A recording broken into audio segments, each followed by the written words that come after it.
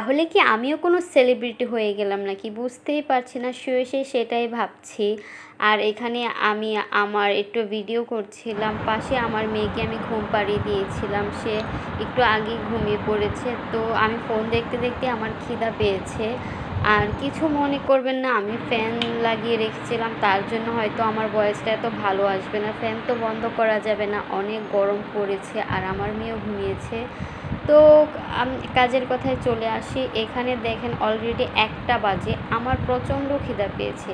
ইদানিং আমার রাত হলেই মানে গভীর রাত হলে আমার খুব খিদা পায়। তো আমি অনেক সময় কিছু থাকলে খাই, আর কিছু না থাকলে তাও কিছু বানিয়ে খাই। তো ডাইরেক্ট আমি কিচেনে চলে আসলাম, দেখলাম কিছুই নেই, খালি একটা ফ্রাই প্যান পড়ে আছে। তো আমি পাশের রুমে চলে এসেছি, খোঁজাখুঁজি করছি যে কিছু যদি একটা পাওয়া যায় তাই খাবো, কারণ খিদা তো নিবারণ করা লাগবে। তো আমি এখানে একটা বয়ামে খুঁজলাম, খুঁজে দেখি যে এখানে কয়েকটা পাস্তা আছে আর মুড়ি আছে।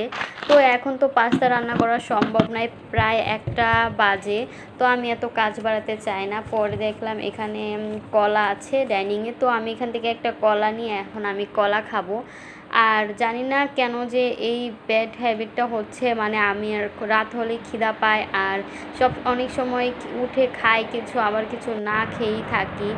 তো কিছুই করার নেই, কারণ আমার মেয়ে থাকে সাথে, কিছু করার নেই। তো কলা খাওয়ার আগেই একটু একটু পানি খেয়ে নিলাম, আর আমার সাথেই আমি সবসময় পানির বোতলটা রাখি, কারণ রাত্রে হলে আমার মেয়ে পানি খায়, আমি পানি খাই।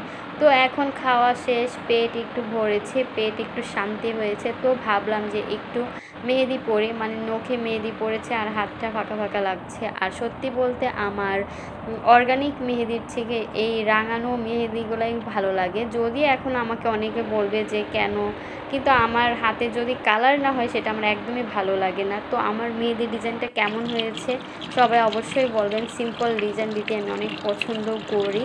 তো আজকে এই ভিডিওটা এখানেই শেষ করছি। আল্লাহ হাফেজ।